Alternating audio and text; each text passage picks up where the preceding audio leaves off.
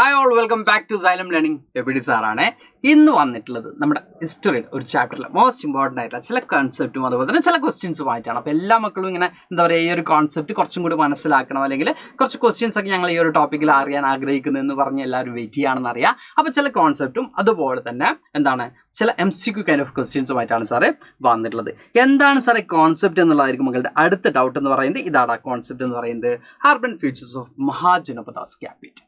മഹാജനപദ ക്യാപിറ്റൽസിലുള്ള urban features എന്തൊക്കെയാണെന്നുള്ളതാണ് നമ്മൾ ഇന്നത്തെ ക്ലാസ്സിൽ ഡിസ്കസ് ചെയ്യാൻ പോകുന്നത്. ഓക്കെ, വളരെ കുറച്ച് കാര്യങ്ങൾ നമുക്ക് ഈ ഒരു ടോപ്പിക്കിൽ ഡിസ്കസ് ചെയ്യാനുള്ളൂ.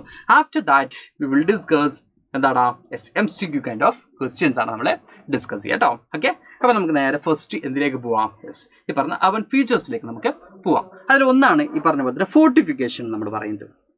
ഓക്കേടാ, ഒന്നാണത് ഫോർട്ടിഫിക്കേഷൻസ്.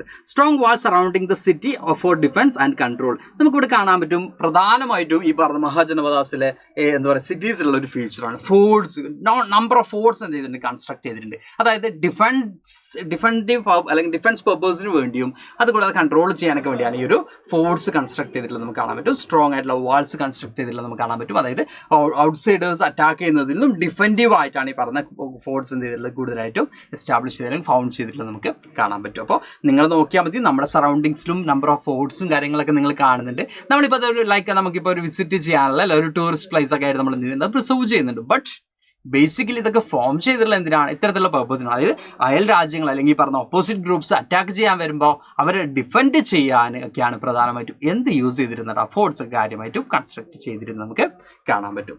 അത് കൂടാതെ നമുക്ക് കാണുന്നുണ്ട് മോഡ്സ് എന്ന് പറയുമ്പോൾ deep wide ditches filled with water running outside the fortification surroundings ആയിട്ട് എന്ത് കാണാൻ പറ്റും?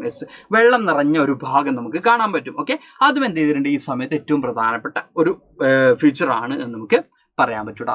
നെക്സ്റ്റ് ആണ് നാരോ ഗേറ്റ്വേസ് ആണ്. നാരോ ഗേറ്റ്വേസ് എന്ന് പറയുന്നത് ഈ പറയുന്നത് പോലെ തന്നെ പീപ്പിൾസിന്റെയും ഗൂഡ്സിന്റെയും മൂവ്മെന്റ്സ് കൺട്രോൾ ചെയ്യാൻ വേണ്ടിയാണ്. നമ്പർ ഓഫ് ഗൂഡ്സ് ആണെങ്കിലും നമ്പർ ഓഫ് പീപ്പിൾസ് ആണെങ്കിലും മൂവ് ചെയ്യുന്ന കൺട്രോൾ ചെയ്യാൻ വേണ്ടിയാണ് നാരോ ആയിട്ടുള്ള ഒരു ഗേറ്റ് വേ എന്ത് ചെയ്തിട്ടുള്ളത്, കൺസ്ട്രക്ട് ചെയ്തിട്ടുള്ളത് നമുക്ക് കാണാൻ പറ്റും.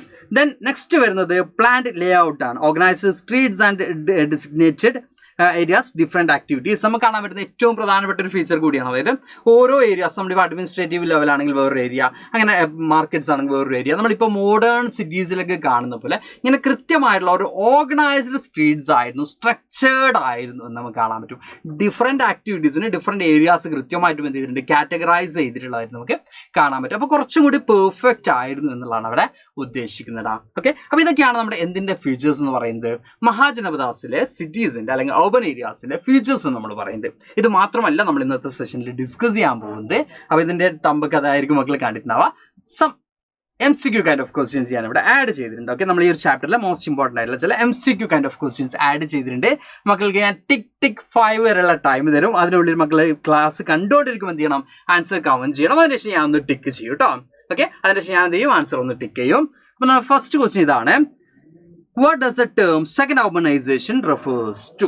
എന്താണ് സെക്കൻഡ് urbanization എന്നുള്ള ടേം കൊണ്ട് ഉദ്ദേശിക്കുന്നത് എന്നാണ് ചോദിക്കുന്നത്.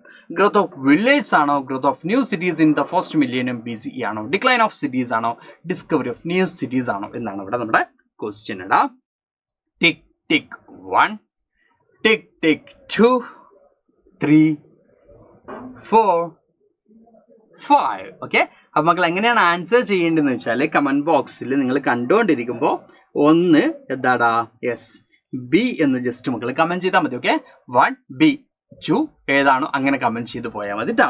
അപ്പോൾ ഒന്നിൻ്റെ ആൻസർ ഏതാണെന്ന് നമുക്ക് നോക്കാം. ഒന്നിൻ്റെ ആൻസർ എന്ത് തന്നെയാണ്, B തന്നെയാണ് നമുക്ക് കാണാൻ പറ്റും.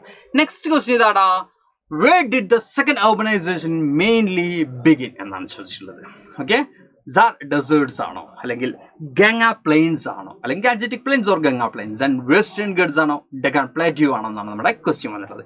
Again 1 2 tick 3 4 5. എഗെയിൻ എന്ത് തന്നെയാണ് ആൻസർ? B തന്നെയാണ് എഗെയിൻ എന്ത് വരുന്നത്, ആൻസർ വരുന്നത് നമുക്ക് കാണാൻ പറ്റണം. Then third question, which metal became important during second urbanization? ഇതിൽ ഏത് മെറ്റലാണ് സെക്കൻഡ് urbanization ടൈമിൽ ഇമ്പോർട്ടൻ്റ് ആയിരുന്നത്? കോപ്പർ ആണോ, ഗോൾഡ് ആണോ, അയൺ ആണോ, സിൽവർ ആണോ? Copper, gold, iron, silver, which one? Tick 1 2 3 4, 5. അപ്പോൾ option C is the right answer. Iron is the right answer. Okay, iron ആണ് അവിടെ എന്ത് വരുന്നത്? യെസ് വരുന്നതാണ് നമുക്ക് കാണാൻ പറ്റും. Then the next question, what was the role of സഭ ആൻഡ് സമിതി? സഭയുടെയും സമിതിയുടെയും റോൾ എന്താണെന്നാണ് ചോദിച്ചിട്ടുള്ളത്. റിലീജിയസ് ലീഡേഴ്സ് ആണോ, വാർ കമാൻഡേഴ്സ് ആണോ, അഡ്വൈസറി കൗൺസിൽ ടു റൂളേഴ്സ് ആണോ, അല്ലെങ്കിൽ ബിൽഡേഴ്സ് ഓഫ് ഫോർട്സ് ആണോ എന്നാണ് ചോദിച്ചിട്ടുള്ളത്. കൺഫ്യൂസ്ഡ് ആവാനുള്ള പോസിബിലിറ്റി വളരെ കുറവാണ്, മക്കൾക്ക് എല്ലാവർക്കും അറിയാം.